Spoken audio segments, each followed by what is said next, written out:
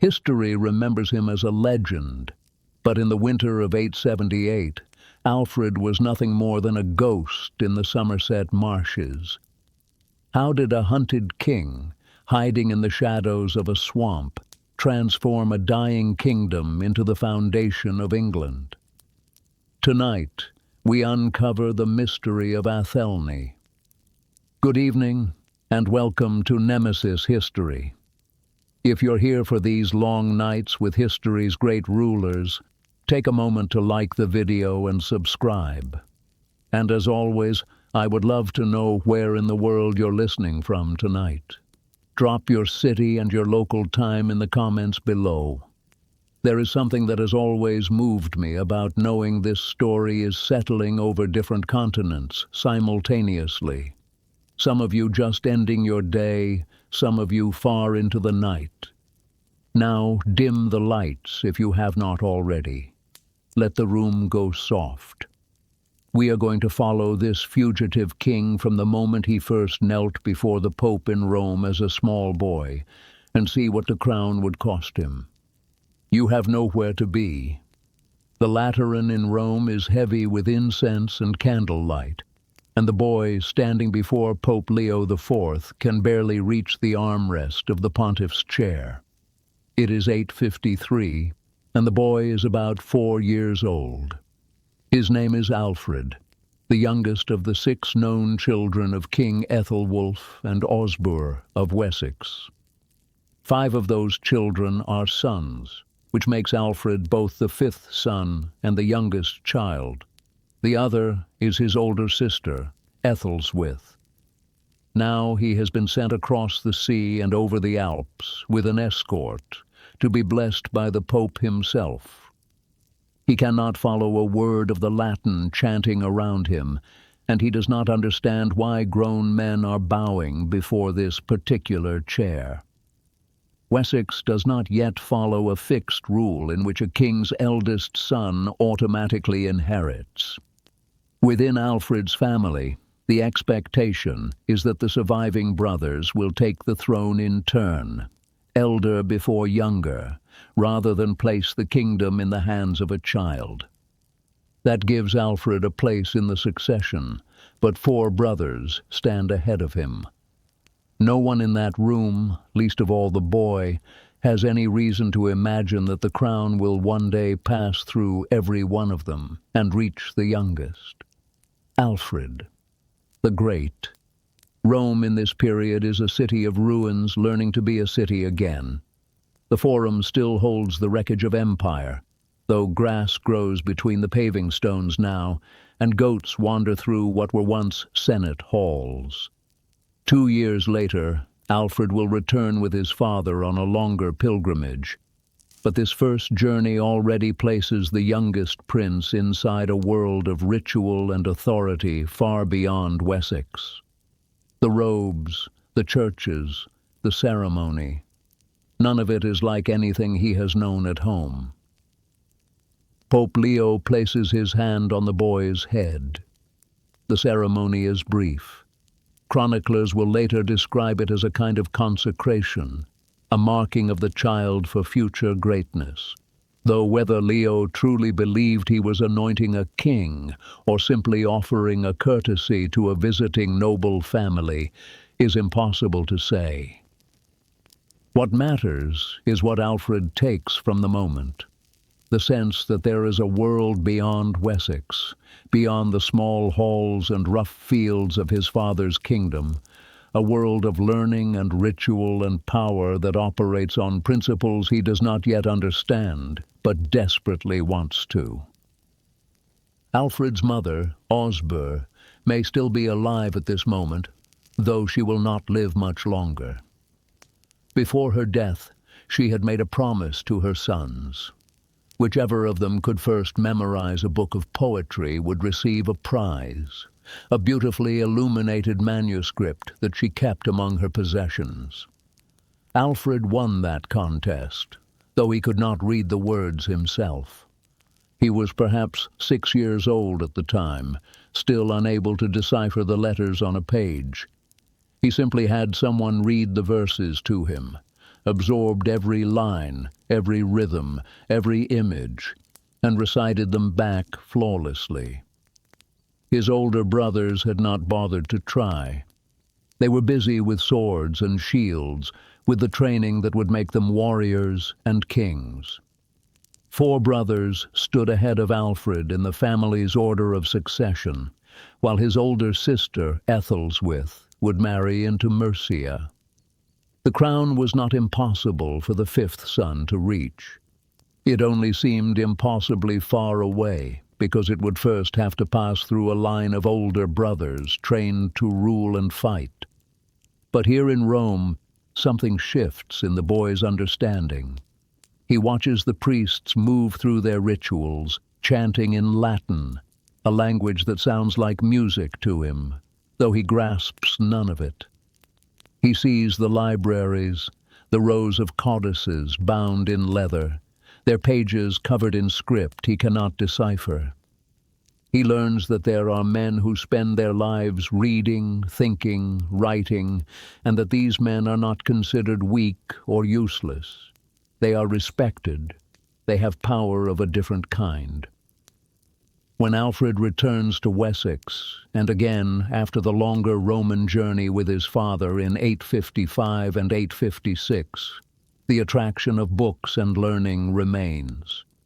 He cannot articulate it yet, but he wants to read. The problem is that no one at his father's court seems able to give the youngest prince a sustained education. Ethelwulf is busy ruling, managing the constant threat of Viking raids, negotiating with other Saxon kings, collecting taxes, dispensing justice. Alfred's older brothers, Ethelbald, Ethelbert, and Ethelred, are being trained for war. The eldest, Ethelstan, is already serving as a sub-king in Kent, old enough to bear responsibility. Alfred is left largely to his own devices. He finds what education he can. There are priests at court who know Latin, who can read the Gospels and the liturgy, but they are not teachers in any formal sense. They have their own duties, their own rituals to perform. Alfred listens when he can, asks questions when he dares, and pieces together a fragmentary understanding of the written word. It will not be until he is 12 that he finally learns to read, and even then, his education remains incomplete, a patchwork of overheard lessons and stolen moments with busy clerics. He learns that Latin is the language of the church, of law, of history. He learns that the Saxons have their own written language, though it is used far less, mostly for legal codes and the occasional poem. He learns that most people, even most nobles, cannot read at all, and do not see any reason why they should. By the time Alfred is 10, the world he was born into is beginning to crack. The Vikings have been raiding Britain for decades, but the raids are changing. In 865, a massive force lands in East Anglia, a fleet so large that the chronicles will call it the Great Heathen Army. It is led by warriors whose names will echo through the centuries. Ivar, called the Boneless, for reasons no one can quite explain. Halfdan, his brother, and others whose names are recorded only as killers of kings and takers of land. This is not a raiding party. This is an army of conquest. They do not strike a monastery, seize its gold, and sail away. They take East Anglia, force its king to supply them with horses, and then ride west into Northumbria. They capture York, kill King Ella in a manner so brutal that the sagas will still be singing about it centuries later, and establish themselves as rulers. Northumbria, one of the great kingdoms of Britain, ceases to exist as an independent power. By the early 870s, Ivar has disappeared from the English campaign, but the army associated with him continues its relentless march south. Then the army turns toward Mercia. In 868, King Burgred calls for help, and King Ethelred of Wessex marches to Nottingham with Alfred beside him. By now, Alfred is old enough to ride with the army and to see what war looks like up close. It is not glorious. It is mud, exhausted horses, men sleeping in wet clothes, and bodies left near roads because there is no time to bury them properly. The Danes remain behind Nottingham's defences. The combined West Saxon and Mercian forces cannot force a decisive battle, and after months of tension, Burgred buys a temporary peace. Mercia is not yet destroyed, and Burgred is not yet a puppet. But the balance has changed. Alfred has seen that even two English kingdoms acting together cannot easily dislodge a Viking army once it has occupied and fortified a town. Wessex is next. Everyone knows it. The question is when. Alfred's brothers begin dying. Ethelstan, the eldest, is already gone, dead in some skirmish or illness that the records do not bother to detail. Ethelbald, who ruled Wessex briefly after their father's death, dies in 860. Ethelbert, who succeeded him, dies in 865, just as the Great Heathen Army is landing. By 870, only Ethelred remains between Alfred and the throne, and Ethelred is a king facing an impossible situation. In late 870, the Vikings move into Wessex. They take Reading, an old trading town on the River Thames, fortify it with a quick, brutal efficiency, and use it as a base to raid outward. Ethelred and Alfred gather what forces they can and ride to meet them. The first engagement is a disaster. The Saxons attack the Viking fortifications at Reading and are driven back with heavy losses. Alfred sees men he knows cut down in the first minutes of fighting, their shields splintered, their bodies trampled as the Saxon line breaks and runs. They fall back, regroup, and receive word that another Viking force is moving south, trying to link up with the garrison at Reading. If the two armies combine, Wessex will be facing an overwhelming force. Ethelred and Alfred march to intercept, and on January 8th, 871, they find the Vikings camped near a place called Ashdown, a ridge of hills in Berkshire that offers high ground and a clear view of the surrounding country. The Vikings see them coming and form up on the hilltop. It is a strong position. Any attack will have to come uphill, and uphill charges are exhausting, bloody, and often futile. But if the Saxons do not attack, the Vikings will simply wait until nightfall and slip away, and the chance to fight them on anything like equal terms will be gone. Ethelred insists on hearing Mass before the battle. He is a pious man, and he believes that God will favor those who approach war with the proper rituals. He kneels in a hastily erected tent, listens to the priest chant the Latin prayers, and refuses to move until the service is complete. Alfred stands outside the tent, watching the Viking formations on the hill. He can see their banners, the raven standard that they carry into every battle, the glint of sunlight on iron helmets and spear points. He can see his own men shifting, nervous, waiting for the order to advance. The morning is slipping away. If they wait much longer, the Vikings will have time to improve their position, or worse, to send for reinforcements. Alfred makes a decision that will define him for the rest of his life. He does not wait for his brother. He does not wait for the Mass to finish. He orders the charge. The Saxon line surges forward, shields locked, spears leveled. The Vikings, surprised by the sudden assault, scramble to meet them. The two forces collide halfway up the hill, and the sound is like nothing Alfred has ever heard, a crash of wood and iron and bone that seems to go on forever. Men push, hack, stab, and die in the press of bodies. There is no room to maneuver, no room to think.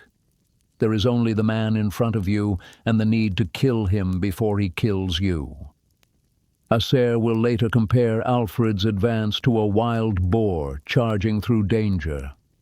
Alfred is already an experienced campaigner, but Ashdown forces him to command before the king is ready to join him. By the time Ethelred finishes his prayers and reaches the fight, the Saxon attack has gained momentum. The Vikings break. They retreat down the far side of the hill, and the Saxons pursue, cutting down stragglers, taking what little plunder the fleeing warriors leave behind. Among the dead is Bagsec, one of the Viking kings, a man whose name has been spoken with fear across England for years. His death is a symbolic blow, proof that the Great Heathen Army can be beaten. But the victory comes at a cost. The Saxons lose men they cannot afford to lose, and within 2 weeks the Vikings regroup and strike back. On January 22nd at Basing, Ethelred and Alfred are defeated again in a hard, grinding fight. Then, 2 months later at a place called Meretun, they fight alongside Haemund, the warrior bishop of Sherborne. The battle seems winnable at first, but the English line gives way, and Haemund is killed. The defeat is crushing. By April, the kingdom is bleeding. The army is exhausted, and King Ethelred is dying soon after Easter. The records do not tell us that a wound from Meretun killed him, and they preserve no final conversation between the brothers. Illness, wounds, and exhaustion have all been suggested. The important fact is how little time separates command from succession. One campaign is still underway when the king disappears from it. Alfred comes to Wimborne while preparations are made for burial. He has spent his life as the youngest surviving son, close enough to power to understand its dangers, but always with an older brother carrying the final responsibility. Now that responsibility has reached him. West Saxon kingship does not yet pass automatically from father to eldest son, and within Ethelwulf's family the crown has already moved from brother to brother. Ethelred's young sons remain, but their existence does not automatically place them ahead of their adult uncle. Alfred is therefore the natural adult successor under the arrangement his family has followed. He is about 21 years old, already tested in battle, and already known to the men whose acceptance helps make a king. The Danish army still operating inside Wessex makes the preference for an adult brother even stronger, but it does not create Alfred's claim from nothing.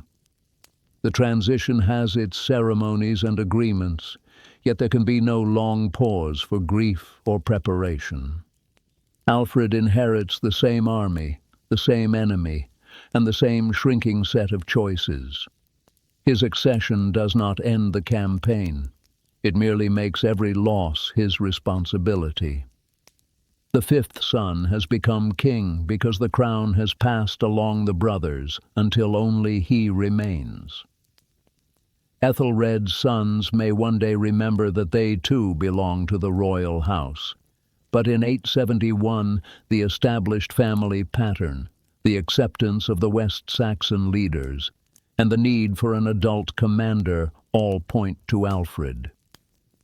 His first battle as king comes in May at Wilton, south of the River Wylye. It begins well.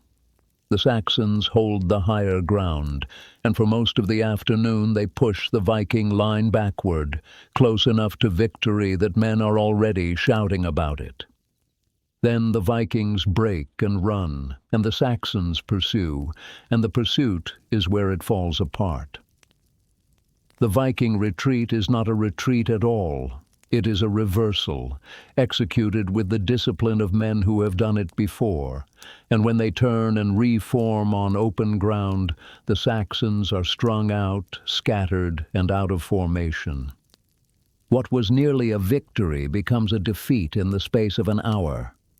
Alfred is forced from the field. He rides back toward Winchester with fewer men than he started with, and no illusions left about what he can accomplish this year. After Wilton, the scale of the year becomes impossible to ignore.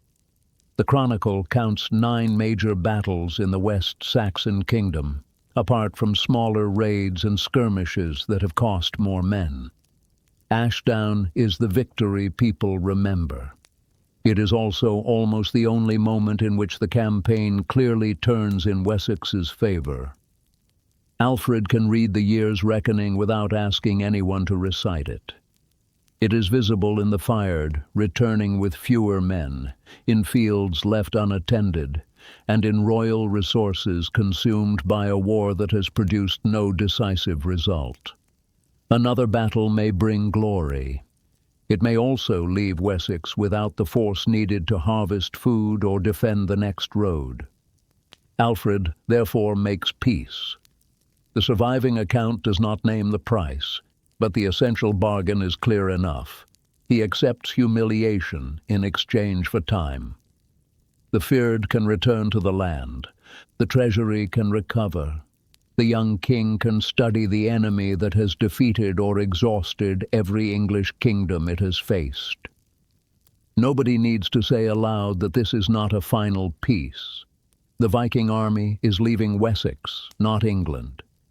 Its leaders can move toward London, Mercia, Northumbria, or East Anglia, and wait until a new opportunity appears. Alfred has not solved the war. He has purchased the chance to survive his first year as king. The Vikings withdraw from Wessex. But they do not leave England. They settle in Mercia, in East Anglia, in Northumbria. They take land, bring their families over from Denmark, and begin to farm. This is the part that Alfred understands more clearly than most of his advisors, and it is the part that frightens him. Raiders leave. Farmers do not. The men camped east of Wessex are no longer visitors looking for plunder. They are settlers with fields and children and a stake in the ground, and every year they remain, the idea of driving them out becomes more absurd. The years that follow are not peaceful, but they are not one continuous, featureless war. Viking armies move between London, Northumbria, Mercia, Wareham, and Exeter. Alfred watches them combine fortified bases, ships, hostages, and oaths into a method of campaign that repeatedly turns temporary settlements into new opportunities. In 876, a Danish force that includes Guthrum enters Wessex and occupies Wareham. Alfred contains it and negotiates. The Danes provide hostages and swear to leave the kingdom, then slip away by night to Exeter. The broken promise matters because it teaches Alfred that an oath can move an army out of one place without changing what its leaders want. At Exeter, the pattern repeats. Alfred closes around the army while a Viking fleet attempts to reinforce it. Storms off the coast destroy much of that fleet, making another settlement possible. Guthrum withdraws into Mercia, but neither ruler mistakes the result for friendship. During these years, Alfred keeps learning the rhythm of the feared. The men gather, serve, and return to their farms because the kingdom cannot eat without them. Viking forces can wait until service ends, strike in winter, or move by water before a new army forms. Wessex has brave men and experienced commanders. What it lacks is a system able to remain ready when the season changes. Guthrum has learned something too. He has seen how strongly Wessex can resist once Alfred gathers an army, and how exposed the king becomes when that army disperses. In early January 878, just after Twelfth Night, Guthrum turns that lesson into a surprise attack. Alfred is at Chippenham, a royal estate in Wiltshire where he has been spending the winter with his court. It is the safest season of the year. Armies do not campaign in January. The roads are mud, the rivers are high, the days are short, and there is no forage for horses. Every Saxon king for a century has understood winter as a kind of truce enforced by weather rather than by agreement, and the court at Chippenham is arranged accordingly. The fyrd dispersed to their farms, the guard reduced to a handful of household men, the great hall full of people celebrating the 12th night of Christmas. The attack comes before dawn. Alfred wakes to a sound he cannot immediately identify. Not the clash of a battle, but something more domestic and more wrong. Shouting in the yard, a horse screaming, the particular hollow crack of a door being broken inward. He lies still for perhaps 2 seconds, trying to assemble an explanation that does not involve the obvious one, and then the light changes at the edge of the window shutter, orange where it should be black, and there is no explanation left. He is out of the bed before he is fully awake. There is a man in the doorway shouting his name, one of his household thanes, and behind the man the corridor is already full of smoke. The words come in fragments. Vikings inside the compound. The gate is gone. They came up from the river in the dark. Alfred does not ask how many. The answer does not change anything he can do about it. He can hear the fighting, and he can hear that it is not fighting so much as slaughter. Brief struggles ending quickly, one after another, moving closer. The men who are dying out there are dying because they stopped to defend a hall that cannot be defended, with a garrison that was never sized for this. There is a choice to be made in that corridor, and Alfred makes it in the time it takes to pull on a cloak. He could go out through the hall. He could find whatever men are still standing, form them up, and fight in his own doorway like a king in a poem. It would take perhaps 20 minutes. He would probably kill someone.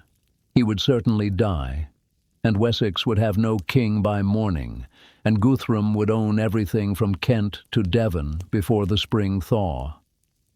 Or he could run, which is the coward's choice by every standard Alfred was raised with, and the only choice that leaves Wessex a king. He runs. 2 household men go with him, and then a third catches up in the yard. They take horses from the paddock furthest from the burning buildings, because the Vikings are working inward from the gate and have not reached it yet. Nobody challenges them. In the confusion and the dark, 4 riders leaving a compound that is already collapsing do not look like a king escaping. They look like part of the general disintegration. Alfred does not look back until they are well clear of the estate, on the high ground where the road bends west. From there, Chippenham is a single orange smear against the dark, and the noise has faded to almost nothing. He is 29 years old, and he has been King of Wessex for 7 years, and he has just abandoned the seat of his own government, wearing whatever he happened to grab in the dark. They ride west. It is the only direction that makes sense, away from the Viking advance, toward the marshes of Somerset, toward country so wet and broken that no mounted force can move through it quickly. Behind him, Chippenham burns, and his court scatters. Some nobles submit to Guthrum within the week, sending oaths and hostages and asking only to keep their land. Some flee across the channel to the continent, where distant relatives and monasteries will take them in. Most simply go home, bar their doors, and hope the Vikings will not think their particular valley worth the trouble. Nobody organizes resistance, because resistance requires someone to organize around. And as far as anyone in Wessex knows, the king is either dead in the ruins of Chippenham or running for his life, which amounts to the same thing. Within weeks, most of Wessex has submitted or ceased organized resistance. The kingdom has not vanished from every village, but it has lost the machinery that makes scattered loyalty useful. There is no decisive final battle. One winter attack drives the king west, and without a field army gathered around him, survival begins to look like defeat. For weeks, Alfred moves through the wetlands, never staying in one place long enough for Viking patrols to find him. He shelters in scattered farmsteads, hides in woodland camps, and relies on the few locals still willing to help a fugitive king. At Easter, he establishes a fortified refuge at Athelney, a low island in the Somerset marshes, surrounded by water and approached only by boat or narrow flooded paths. It is cold, wet, and miserable. There is no hall, no court, no symbol of kingship. There is only a small group of exhausted men and the faint hope that this is not the end. The island is perhaps half a mile across at its widest point, a hump of solid ground rising barely above the waterline. When the rains come, and they come often in Somerset in winter, parts of the island disappear entirely beneath brown floodwater. The ground is soft, the air always damp, and the cold seeps into everything. Alfred and his men build what shelter they can, rough huts made from reeds and mud, roofs that leak, walls that do nothing to stop the wind. They have almost no supplies. Food and dry shelter are difficult to secure. The marsh offers fish, eels, reeds, hidden channels, and the help of local people who know which paths remain above water. Later, imagination will fill the refuge with precise huts, meals, and hardships. The contemporary record gives less detail, but the strategic reality is clear. The same wet ground that makes royal life miserable makes a mounted attack difficult. Alfred is about 29 years old. He has been king for 7 years, and now he is living like a fugitive, hiding in a swamp, wondering if anyone outside this miserable island even remembers that he exists. Most of his court is gone. Most of his thegns have either submitted to Guthrum or fled. The kingdom he inherited from his brother has evaporated in the span of a few weeks, and he does not know if it can ever be rebuilt. There is a story that comes from this time, a story that every English school child will eventually learn, though it almost certainly never happened. The story first appears in a chronicle written more than 200 years after Alfred's death, and no earlier source mentions it. But it captures something true about this moment, something about how completely Alfred's fortunes have fallen. Legend places Alfred in a peasant's cottage on the edge of Athelney, sheltering with a swineherd and his wife. The couple does not know who he is. To them, he is simply another refugee, a man fleeing the Vikings like so many others. The swineherd's wife is making bread, oat cakes that need to be baked on a flat stone by the fire. She asks Alfred to watch them while she tends to other work, a simple task that requires only attention and timing. But Alfred is not paying attention. He is thinking about Wessex, about how many men he can gather, about whether there is any way to strike back at Guthrum, about whether his kingdom is truly lost, or whether some fragment of it might still be salvaged. The oatcakes burn.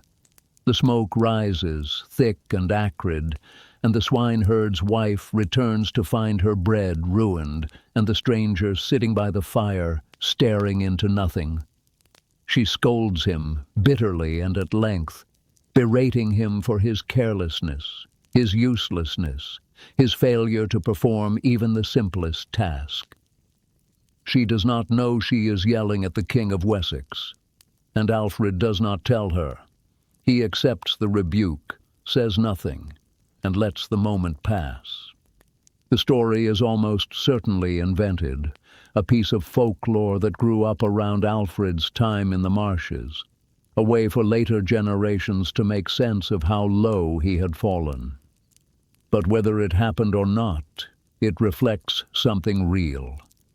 Alfred is at the absolute bottom. He has lost his kingdom, his army, his court, and his credibility. He is hiding in a place where even a peasant woman feels entitled to berate him, and he cannot do anything about it because revealing his identity would only endanger himself and the few men still with him. But Alfred does not surrender. He does not flee to the continent, as other Saxon nobles have done. He does not submit to Guthrum and hope for mercy. Instead, he begins to plan. The planning is slow, cautious, and necessarily secretive. He cannot raise an army openly.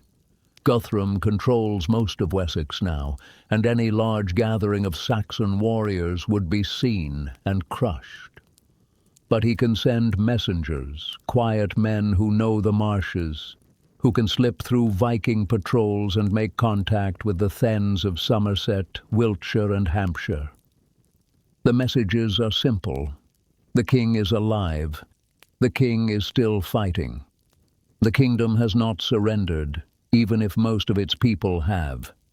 There will be a reckoning, but it will take time, and it will require patience and secrecy. Not all of the thanes respond. Some have already made peace with Guthrum. Some are too afraid to risk their lands and families on a king who is living in a swamp. But some respond. Slowly, carefully, word begins to spread through the western shires that Alfred has not given up, that Wessex still has a king, and that there is still a chance to fight. Alfred also begins small-scale raids. He cannot attack Viking camps with large forces, but he can strike at night with 12 men, kill a few sentries, steal supplies, and vanish back into the marshes before anyone can respond. The raids are not strategically significant. They do not weaken Guthrum's hold on Wessex. But they serve a psychological purpose. They prove that Alfred is still capable of fighting, that he is not simply hiding and waiting to die.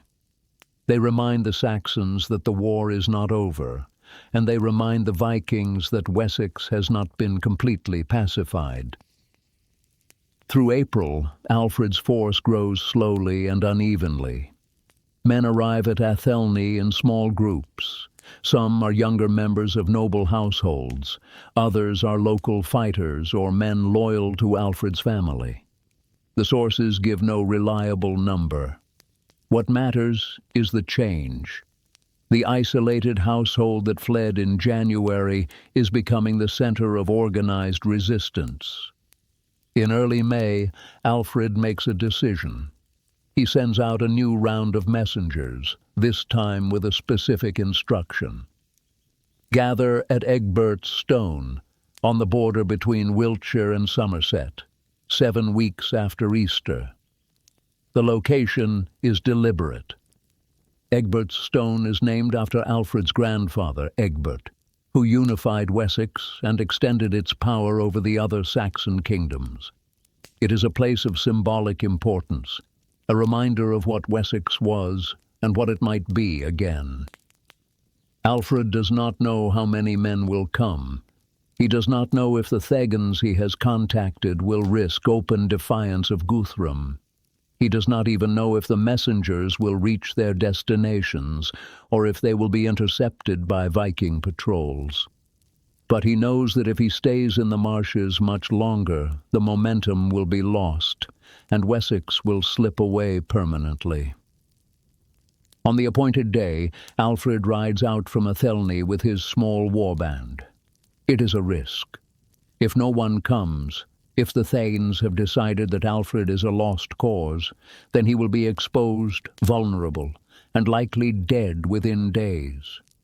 But he has run out of safe options. He reaches Egbert's Stone in the early morning, dismounts, and waits. And then they come. From the north, from the east, from the scattered farms and villages of Somerset, Wiltshire, and Hampshire, the men arrive.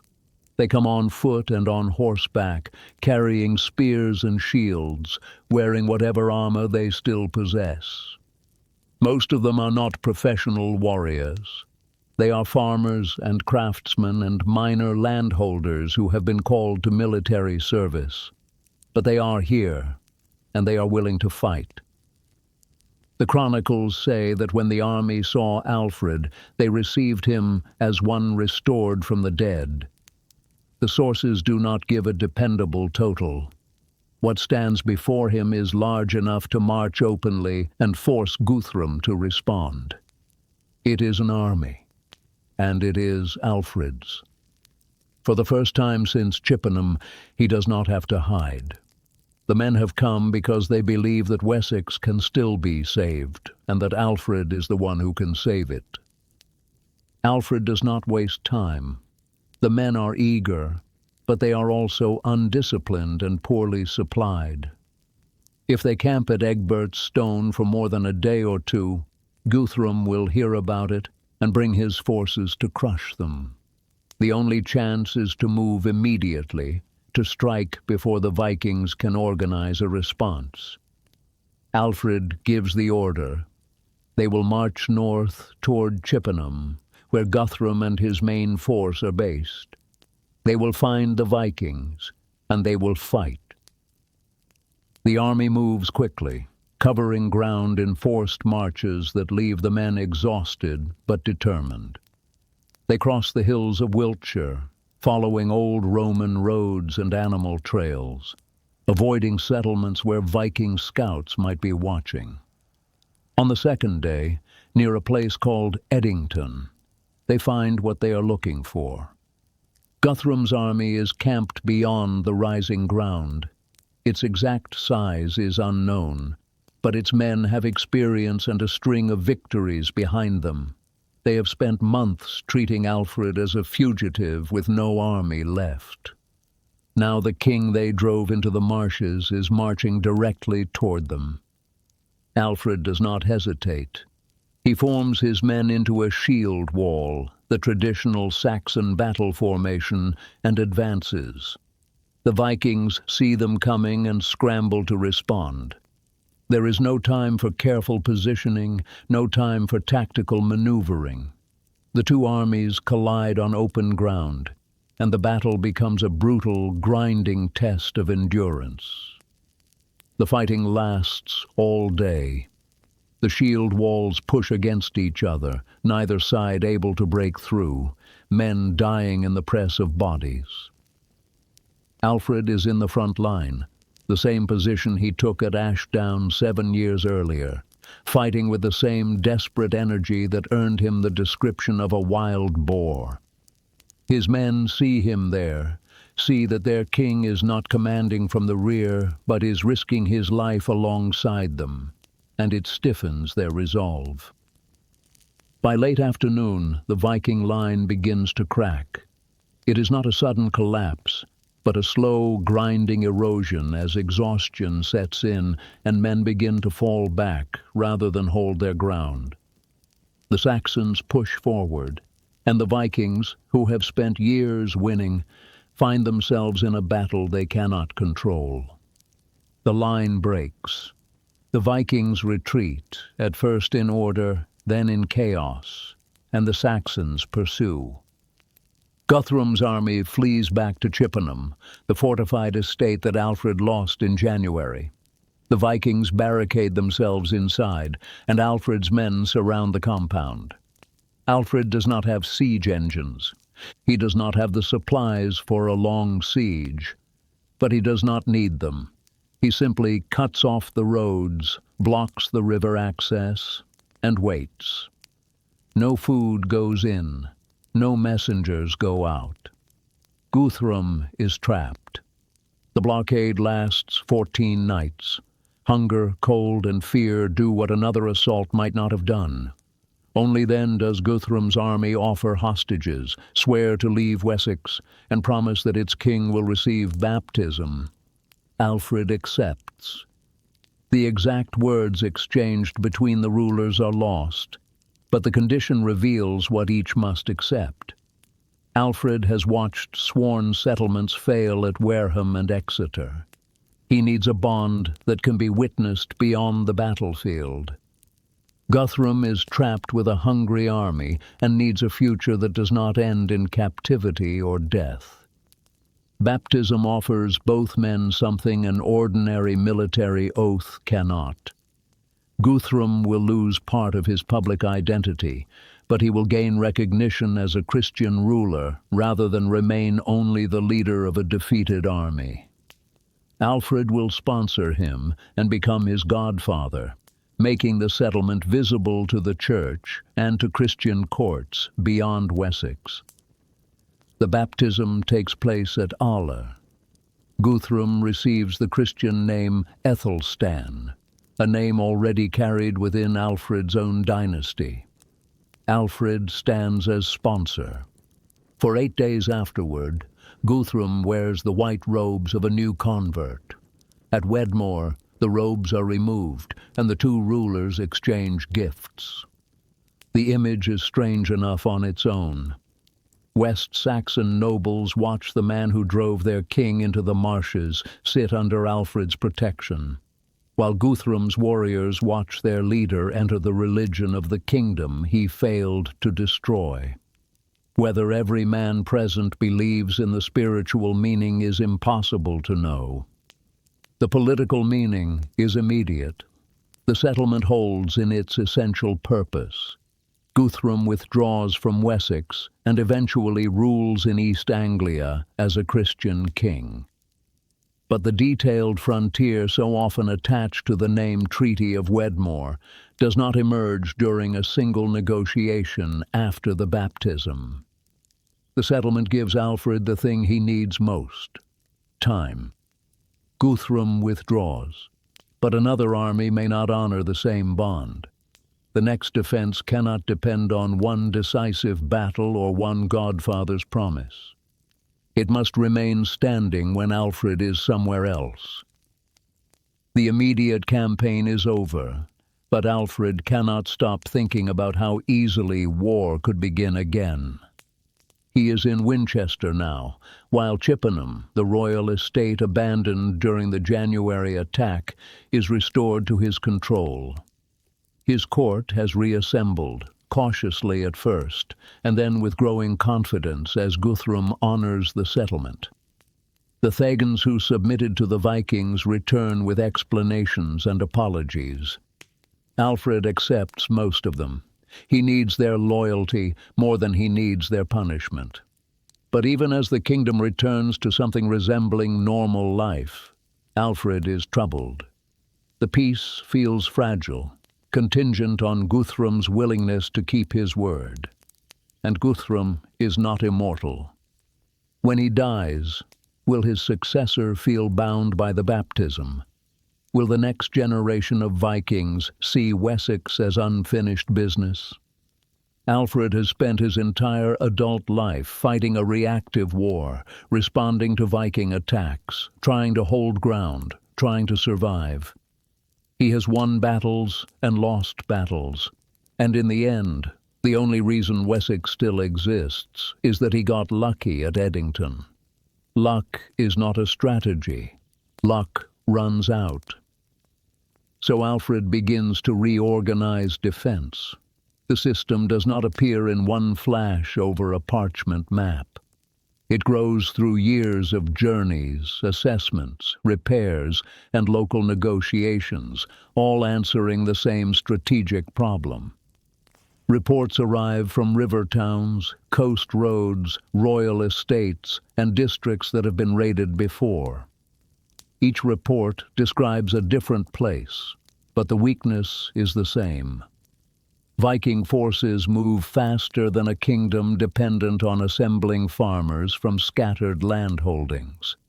They can choose an exposed district, take food and horses, and withdraw before the full herd reaches them. Some of Alfred's advisors favor more warriors. Others favor stronger royal centers. Behind both proposals lies a real cost. A standing force would remain ready, but it would also consume the farms supporting it.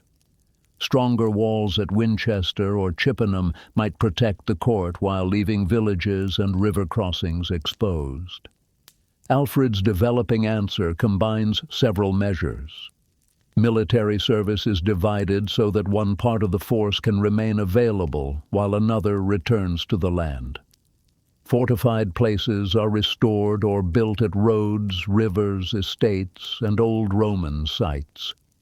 Local populations gain somewhere to retreat, while raiders meet walls that slow them long enough for a field army to gather. These places are burhs, the Old English word behind the later borough. Some already exist in older forms. Others must be reconstructed, enlarged, or organized as garrisoned settlements. Winchester, Wallingford, Wareham, Chichester, Oxford, and other sites become parts of a connected defense rather than isolated strongholds. The later Burgle Headage records more than 30 defended places and calculates manpower according to the length of their ramparts. Across much of Wessex, the result puts refuge within roughly a day's journey. The familiar distance is about 20 miles, though no perfect set of circles survives from Alfred's table. The idea is simple when drawn and punishing when built. Every ditch must be dug by someone. Every timber must be cut, moved, shaped, and replaced. A wall without a garrison is only an obstacle, and a garrison without food cannot remain at its post. Landholders already owe military service and labor on bridges and fortifications. Church estates are not automatically beyond these common burdens. High churchmen had long sought exemptions from secular dues, while kings treated defense obligations as harder to escape. The conflict leaves few spoken words behind. It appears instead through the burdens attached to land and the long-standing effort of powerful estates to limit what they owe. Abbeys and bishops control land, tenants, timber, food, and silver. A demand made against church property therefore creates practical and spiritual resistance. Clergy may prefer to contribute supplies or money rather than remove men from religious estates. Royal officials, looking at an unfinished rampart, see an exemption that other landholders will soon demand for themselves. Alfred's answer survives not in a speech, but in the obligations imposed. Defensive labor continues to fall on land held by powerful secular and ecclesiastical lords. The king does not need monks personally lifting every stone. He needs the resources attached to their estates to help keep the kingdom around them alive. This is where the reform becomes a story about cost rather than a list of buildings. One district gains safety because another releases workers. One wall stands because farms support men who are not harvesting that week. Alfred is making Wessex harder to conquer by making peace more demanding for the people who live inside it. Over the next several years, the burhs rise across Wessex. They are not grand castles or elaborate fortresses. Most of them are simple earthworks, ditches and ramparts topped with wooden palisades, enclosing a few acres of ground where people can take shelter. Some of the larger burhs, like Winchester and Chichester, are built with stone walls and gates, but even these are functional rather than beautiful. The goal is not to impress. The goal is to create a system that works. The construction is slow, grueling, and expensive. Thousands of workers are conscripted, digging trenches, hauling timber, piling earth. The work is hardest in the winter, when the ground is frozen and the rain turns construction sites into mud pits. There are accidents. Men are injured. Some are killed. There are disputes over land, over resources, over who is responsible for which section of wall. The church's resentment simmers, occasionally flaring into open complaints, but Alfred does not relent. Every burh must be built, every shire must contribute. And gradually, the system takes shape. By the late 880s and into the 890s, Wessex is no longer defended as a collection of scattered villages and isolated estates. It is a network of fortified towns, linked by roads and rivers, capable of responding to threats with a speed and coordination that would have been impossible a decade earlier. When Viking raiders land on the coast, the local population does not scatter in panic. They retreat to the nearest burh, and the feared musters behind walls instead of in open fields. In 886, the balance changes again.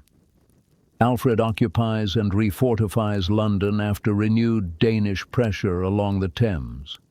He entrusts the city to Ethelred, ruler of western Mercia, whose alliance with Wessex is strengthened by marriage to Alfred's daughter, Ethelflaed. London changes the scale of Alfred's authority. The West Saxon king now protects a major Mercian city and stands at the center of an English alliance extending beyond Wessex. His later charters begin to use titles such as King of the Anglo-Saxons. The phrase does not create England by itself, but it expresses a claim that Eddington alone could not have supported. Around this new balance of power, Alfred and Guthrum formalize a frontier at an uncertain date. The surviving treaty defines a line up the Thames and the Lea toward Bedford and the Ouse, and then to Watling Street. It also regulates compensation, trade, and relations between their peoples. Northumbria, East Anglia, and other Danish-held territories remain beyond Alfred's rule, but London and western Mercia have turned survival into a wider political claim. The burhs do not make Wessex invincible, but they make it much harder to conquer. And that, Alfred realizes, is enough. He cannot prevent every raid. He cannot protect every farm. But he can create a kingdom that can survive raids, that can absorb losses and rebuild, that can outlast its enemies. The burh system works, but as Alfred watches the fortifications rise, he begins to see a different problem, one that walls cannot solve. Wessex is defended now, but it is not unified. The people who shelter in the burhs are loyal to their local lords, to their shires, to their families. They do not think of themselves as part of something larger.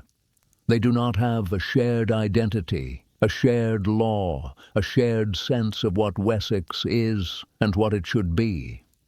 Physical walls can keep the Vikings out. But if Wessex is going to survive in the long term, Alfred knows he will need something more. He will need to build walls of a different kind. Late in Alfred's reign, with the exact year uncertain, Alfred sits with law codes and biblical texts around him. The room smells of ink and old leather, and the pages connect kingdoms separated by generations, the laws of Ethelbert of Kent, Offa of Mercia, and Ina of Wessex. The project is not a modern attempt to make one identical law apply equally to every person and every shire. Rank, kinship, lordship, compensation, and local practice remain part of the legal world. Alfred is trying to collect royal judgments, preserve useful older law, and explain what Christian kingship believes justice is for. That task carries a quiet political danger. A king who discards ancestral law can look arrogant. A king who merely copies it has not answered new conditions. Alfred's own preface reveals how carefully he tries to stand between those dangers. He explains that he gathered judgments from earlier kings, kept many that pleased him, and rejected others that displeased him with the knowledge of his counselors. He also admits that he did not dare set down too many laws of his own. He could not know what would please those who came after him. The restraint is part of the strategy. Alfred has enough authority to select and rearrange the past, but he wants the result to survive his voice. The document must appear as counsel and continuity, not as one ruler declaring that wisdom began with him. The prologue, therefore, reaches farther back than Wessex. It opens with the 10 Commandments and laws associated with Moses, then moves to the early Christian church and the decisions of the apostles. It presents law as something inherited, written, interpreted, and adapted when communities change. Only after that long foundation does Alfred turn to English kings. Ethelbert, Offa, and Ina are treated as predecessors inside a continuing tradition. Alfred can keep, reject, and add judgments without pretending that he has abolished everything before him. The code attributed to Ine is preserved in full after Alfred's own legislation. That arrangement may look conservative, and in many ways it is. But the biblical and apostolic prologue gives the collection a moral history larger than one dynasty. Agreement comes slowly through counselors, bishops, scribes, judges, and royal officials. Law in this world does not travel through a printed state. It travels through people who hear it, copy it, remember it, and apply it in the king's name. The result does not solve every dispute or make Wessex legally uniform.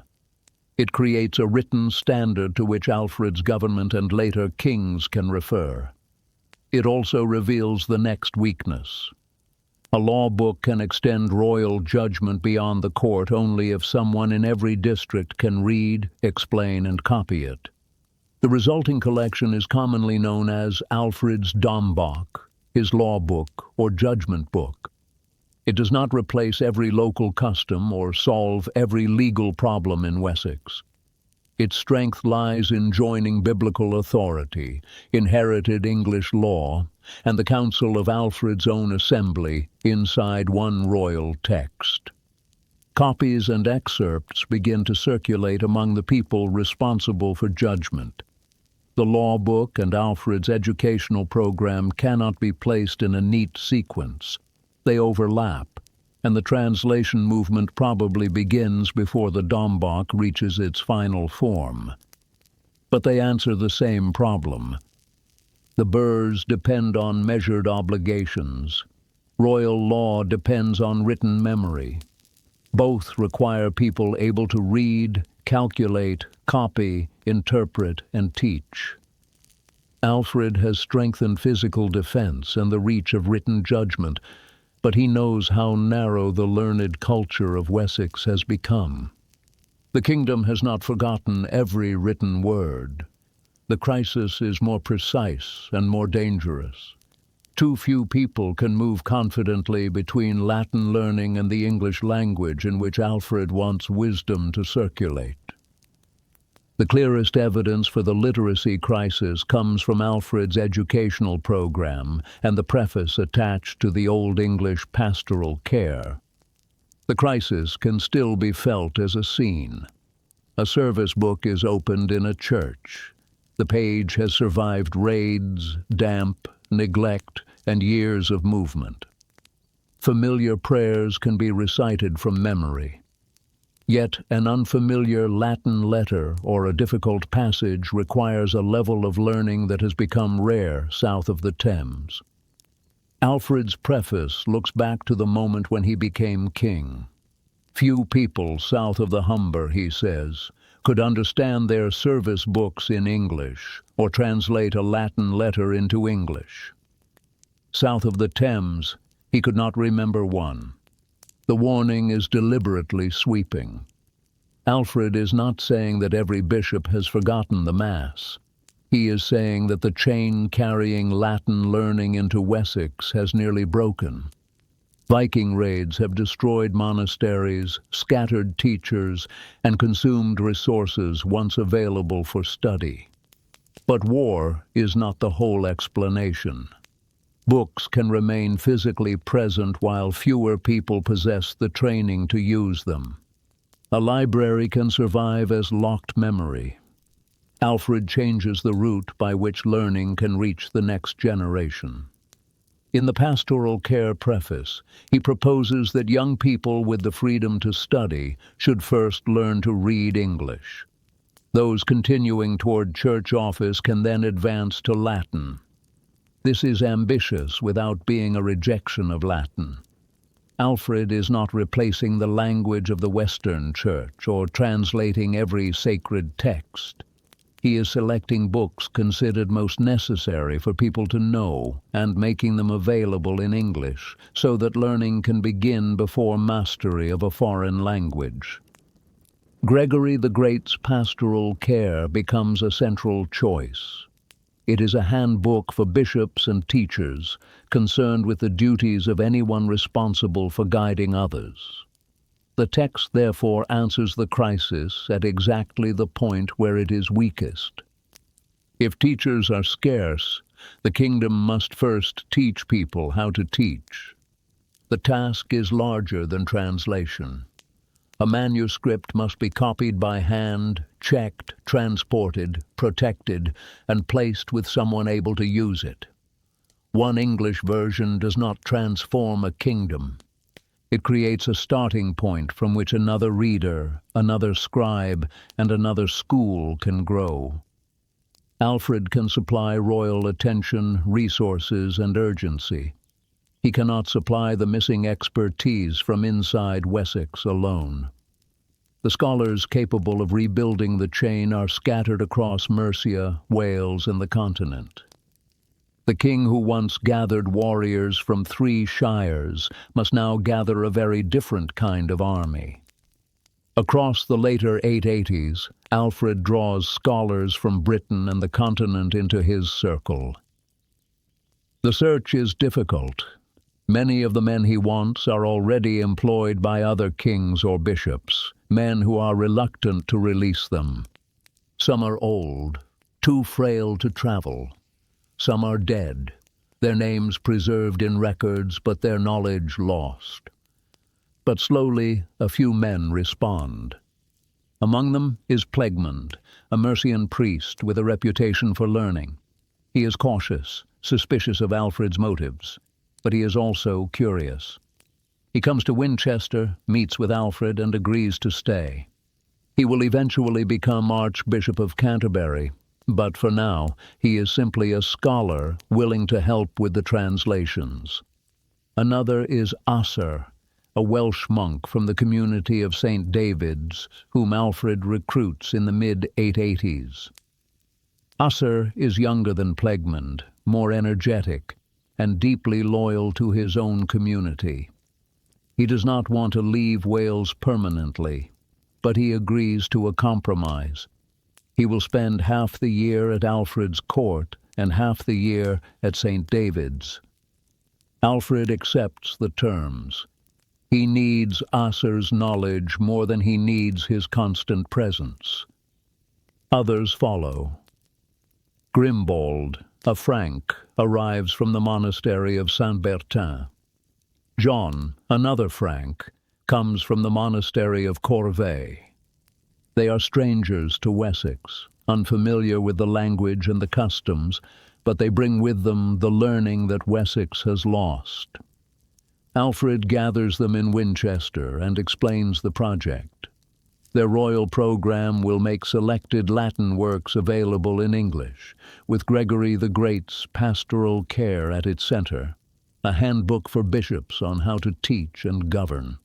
It is a practical choice. If the clergy of Wessex cannot read Latin, then they need guidance in a language they can understand. The work begins slowly. Translation is not simply a matter of swapping Latin words for English equivalents. The two languages have different structures, different rhythms, different ways of expressing ideas. Some Latin concepts have no direct English equivalent. Some English words carry connotations that do not exist in Latin. The scholars argue over phrasing, over meaning, over whether a particular passage should be rendered literally or freely. Alfred does not merely attach his name to the program. Asser describes him studying Latin in adulthood, and the pastoral care speaks in the king's voice as translator. Some works are shaped by collaborators, but the royal purpose is unmistakable. The king learns with the scholars, directs the program, and makes vernacular learning part of government. A warrior who has survived Ashdown, Athelney, and Edington now spends part of his limited time working through sentences whose difficulty cannot be broken by a shield wall. The scholars are initially surprised, then impressed, then deeply loyal. They see that Alfred is not simply commissioning translations as a political gesture. He genuinely cares about the work.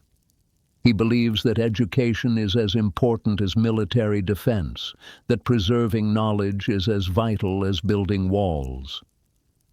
By the early 890s, the Pastoral Care Project is taking written form. Alfred writes a preface explaining the project and its purpose. It is addressed to the bishops of Wessex and includes a judgment that will be remembered for centuries. Alfred says that learning has declined so badly that few men south of the Humber can understand the words of their church services in English, or translate a Latin letter into English. When he first became king, he says, he could not remember a single person south of the Thames able to do so. The claim is blunt, almost brutal. Alfred is admitting that the church in Wessex, the institution responsible for preserving knowledge, has failed. But he is also offering a solution. The translations will give the clergy the tools they need to educate themselves. The texts will be distributed to the major monasteries and cathedrals, and each copy will include instructions for how they should be used. Alfred knows that this is only the beginning. One translated book will not restore the literacy of Wessex, but it is a foundation, a starting point. And if the project succeeds, if more texts are translated, if more scholars are trained, then perhaps Wessex can rebuild what the Vikings destroyed. Yet the same raiders who burned monasteries still command the sea lanes. Translation can rebuild knowledge, but it cannot stop the ships bringing the next invasion. Wessex has used ships before, and Alfred himself has fought at sea. He now begins to consider whether new vessels can meet the raiders on more equal terms. In 892, the breathing space ends. A new Viking army crosses from the continent in hundreds of ships and establishes fortified bases in Kent. Another force already operating in England joins the pressure. Families, horses, and supplies accompany men who are prepared to remain. It is the largest test of Alfred's reconstructed kingdom since Edington. The first news reaches the court through messengers from the southeast.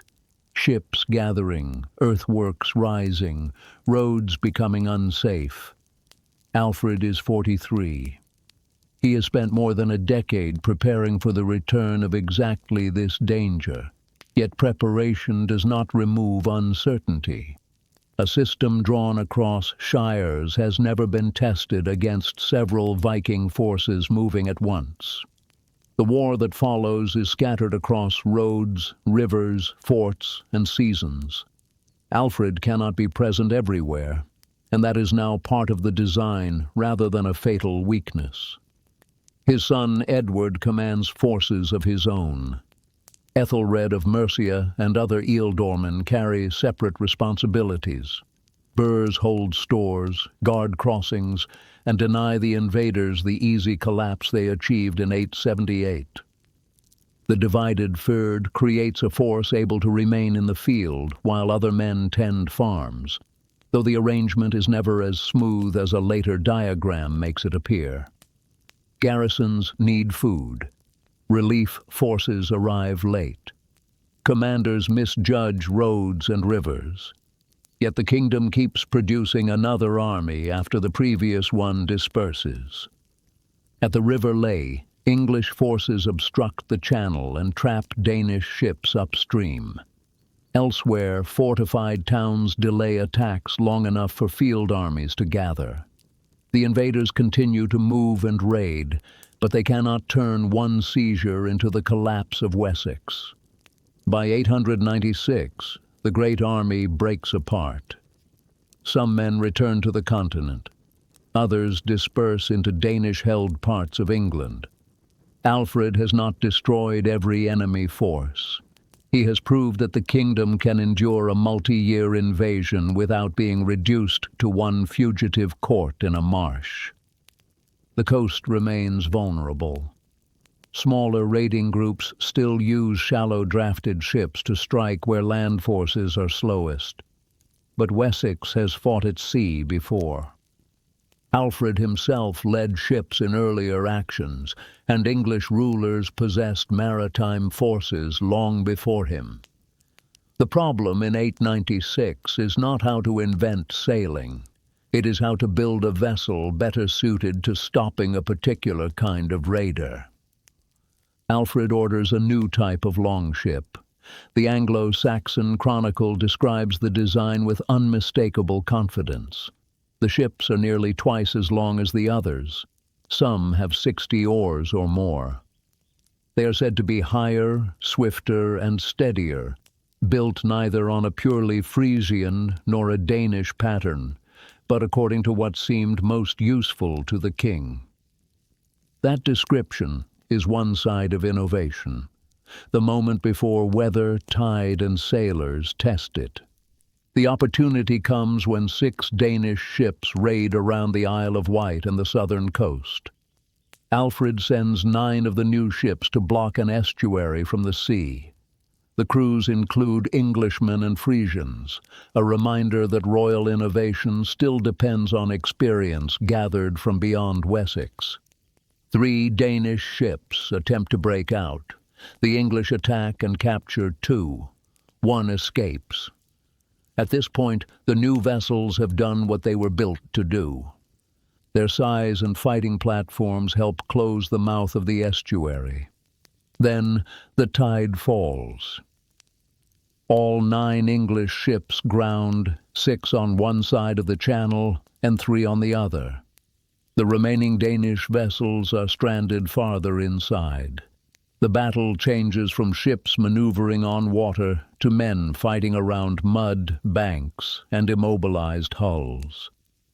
The crews continue for hours. Casualties mount on both sides.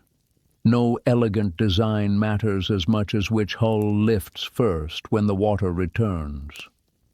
The flood tide reaches the Danes before the English can free their ships. Damaged Danish vessels pass the grounded blockade. 2 later wash ashore on the Sussex coast, while 1 reaches East Anglia, carrying wounded survivors. The result resists a simple label. The English capture part of the raiding force and inflict heavy losses. Alfred's ships also become trapped by coastal water their enemies understand better. They are formidable in one situation and awkward in another. The result gives Alfred an answer more complicated than victory or failure. He has spent resources on vessels that dominate one stage of the encounter and become helpless in another. That answer fits the rest of his reign. Burhs protect some places and burden the people who maintain them.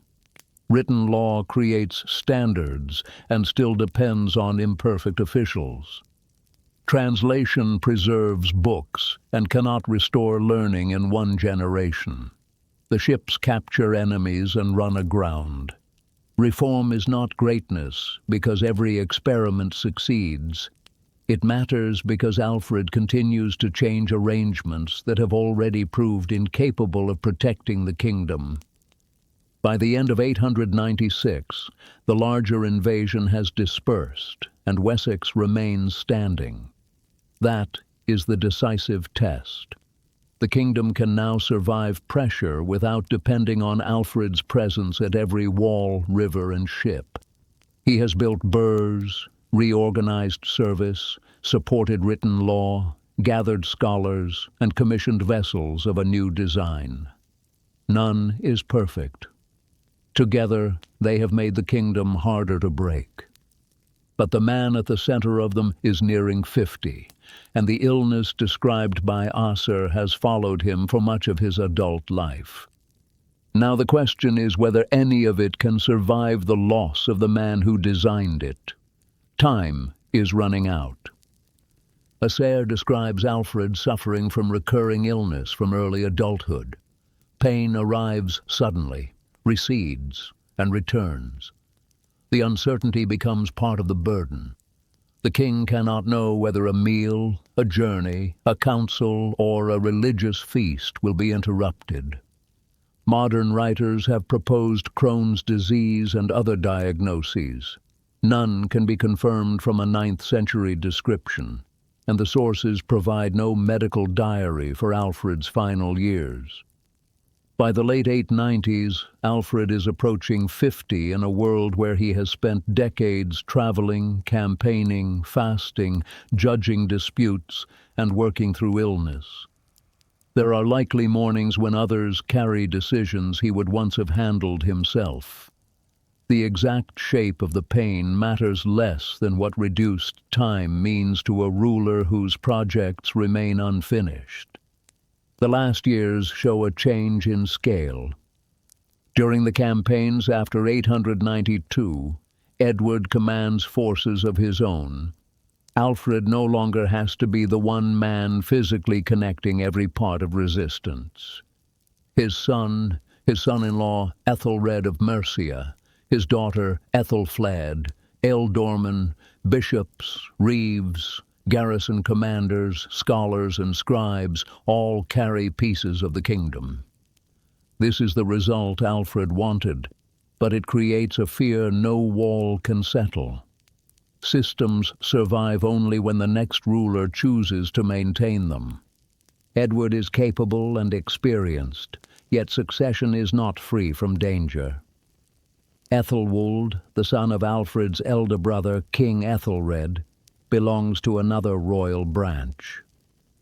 Alfred's accession in 871 had followed the family's pattern of brother succeeding brother, while Ethelred's sons were still children. But that pattern did not erase their royal status or settle what should happen once the throne passed to the next generation. Almost 30 years later, Ethelwold's claim has not vanished. Alfred therefore brings Edward into war and government before the throne is empty. The younger man learns through campaigns, charters, and public responsibility. The lesson is already written into the kingdom around him. Walls must be maintained, commands distributed, and learning continued. Burhs continue to be assessed and maintained. Military command is distributed. Scholars and scribes continue their work.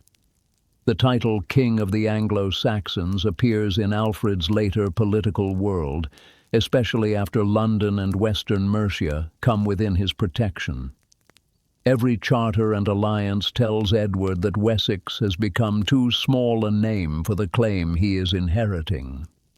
A father and son may still sit together over reports. Edward may ask what remains unfinished. Alfred has every reason to wonder whether a younger man will preserve work built through decades of failure. The scene remains quiet because the important inheritance is already visible around them. The final years grow quieter in the record. Alfred's last chamber is hidden from us. The physicians, the priests, Edward's visits, and the words that may have passed between father and son. Outside that chamber, however, the kingdom continues to work. Work continues in the kingdom.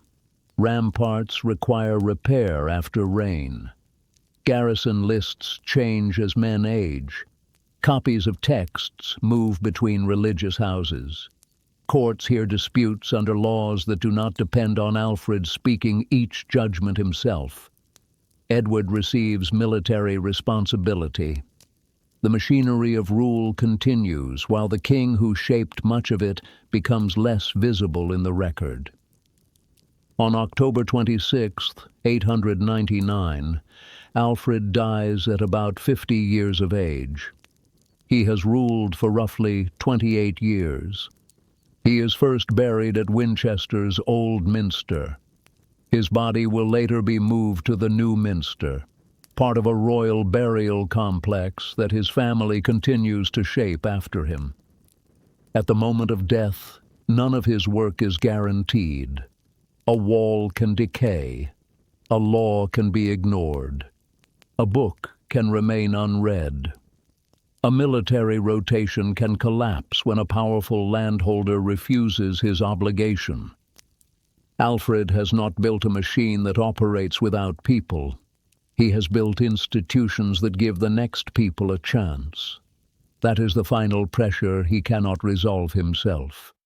Edward becomes king, but the survival of Alfred's kingdom will be tested by the very family claim that Alfred's accession once postponed.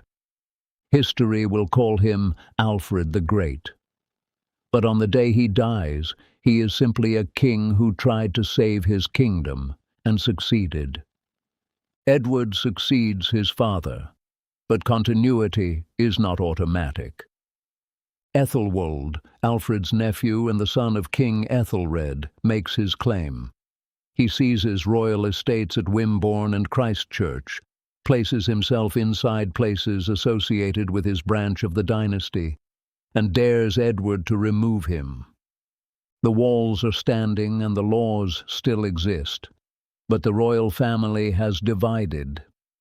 If enough nobles or Danish rulers choose Ethelwold, Wessex could discover that institutions are no protection against two kings. Edward approaches with an army. Ethelwold does not wait for a decisive confrontation. He leaves at night and reaches Danish-held Northumbria, where men hostile to Edward are willing to receive an alternative West Saxon claimant. Later, he gains support in East Anglia and returns to war. Edward does not answer with a speech about preserving his father's systems. He uses them. The fortified kingdom continues to supply armies. Alliances hold. Command does not disappear with Alfred's household. The struggle ends in 902 at the Battle of the Home. Ethelwold is killed, though the West Saxons also suffer heavily. Edward's throne is secure not because Alfred eliminated every rival, but because the kingdom absorbs a disputed succession without dissolving. This is the proof that matters. In 878, one surprise attack drove Alfred into the marshes and caused much of Wessex to submit. After 899, a royal claimant backed by Danish power cannot produce the same collapse. Edward and his sister Ethelfled will go on to extend the fortified network and carry war into Danish-held territory. Their success is not a footnote added to Alfred's monument. It is the test that shows which parts of his work can outlive him. That is where Alfred's story, as a story of one man, ends. What comes after belongs to other men and to time. The burhs Alfred ordered built, the fortified towns spaced roughly 20 miles apart across Wessex, do not disappear when the Viking threat eventually recedes. Merchants move into them because the walls make trade safer. Markets grow around the garrisons. Within 2 generations, places like Wallingford, Oxford, and Wareham are no longer just fortresses. They are towns with names and street plans that will still exist 1,000 years later, long after anyone remembers why a wall was built at that particular bend in a particular river. The law code Alfred compiled, the doom book that opened with the 10 Commandments and closed with judgments drawn from 3 older kingdoms, does not stay frozen in the 9th century either. Future kings amend it, add to it, and argue over it, but they do not discard it. They build on top of it, the way builders build on top of old foundations. Later, English kings continue to cite, adapt, and sometimes misunderstand Alfred's Dambach. It becomes one strand in a much longer legal tradition, not a complete blueprint for the common law that will emerge centuries later. The books associated with Alfred's translation program, some directed by him and some traditionally attributed to his own work, do something quieter but no less permanent. Before Alfred, most serious writing in England existed only in Latin, a language few laymen could read. Alfred insisted that young nobles learn to read English first, and he put Latin works into English himself, believing that wisdom locked in a language only priests could read was wisdom wasted. The scribes he trained keep copying after he is gone. The tradition he started keeps a thread of English prose alive through centuries when it might otherwise have withered, a thread that, much later, connects all the way to the language spoken and written today. And the idea Alfred defended at Athelney when he was a fugitive king hiding in a marsh with a handful of followers and no kingdom left to rule, outlives every wall and every law. Before Alfred, Wessex was one kingdom among several English kingdoms, and Mercia, Northumbria, and East Anglia were others, each ruled separately, each vulnerable separately. In his later years, Alfred's government uses titles such as King of the Anglo-Saxons, reaching beyond Wessex toward the English people under his protection. It is a significant political claim, but not the first moment anyone imagined the English as one people. Bede and earlier writers had already used a language of the English people. Alfred turns that older idea into a claim of kingship suited to the world created by London and western Mercia. His grandson Ethelstan will complete a conquest and political union that Alfred does not live to see, ruling a kingdom that can more securely be called England. But the idea, the belief that these scattered, quarreling kingdoms were one people worth uniting, is Alfred's. He does not live to see England exist as a single kingdom. He only lives long enough to make sure the idea survives him, carried by a son who chooses, in his first weeks as king, not to let it die. That is the shape of Alfred's life, seen from a distance. A boy who was never supposed to be king, who buried 3 brothers before the crown reached him. A king who lost his kingdom to a surprise winter attack and hid in a marsh with nothing. A man who came back from that marsh, won a battle he could not afford to lose, and then spent the next 20 years building the walls, the laws, and the schools that would let his kingdom survive the next attack, and the one after that, long after he was gone. He was never the strongest king of his age, nor the wealthiest, nor the one with the largest army. What he had, instead, was a refusal to accept that losing once meant losing forever, and a conviction that a kingdom built only on his own strength would die with him. So he built one that did not need him, walls that other men could hold, laws that other men could follow without his voice in the room, books that other men could read without him standing over their shoulder. Alfred could not have known that his grandson would one day take York and rule all the English. He could not have known that the walls he ordered raised around muddy river crossings would become cities, or that the law code he dictated between military campaigns would echo through courtrooms centuries after his name had faded into legend. He knew only that he had built what he could, and that he had found one man willing to keep building after him. That, in the end, is what made him great. Not the battles he won, though he won the one that mattered most. Not the books he wrote, though they outlasted every army of his century. It was the discipline to spend a lifetime building something larger than himself, and the humility to hand it to someone else before it was finished. The kingdom he left behind was not yet England, but it was no longer just Wessex either. It was something in between, something waiting to be completed by other hands. And somewhere in that unfinished space between one small kingdom and one unified country, in the quiet decision of a son who chose not to let his father's work collapse, England began. The marsh at Athelney returned to rain, reeds, and silence. But the kingdom that emerged from it did not disappear with the man who once hid there. Sleep well,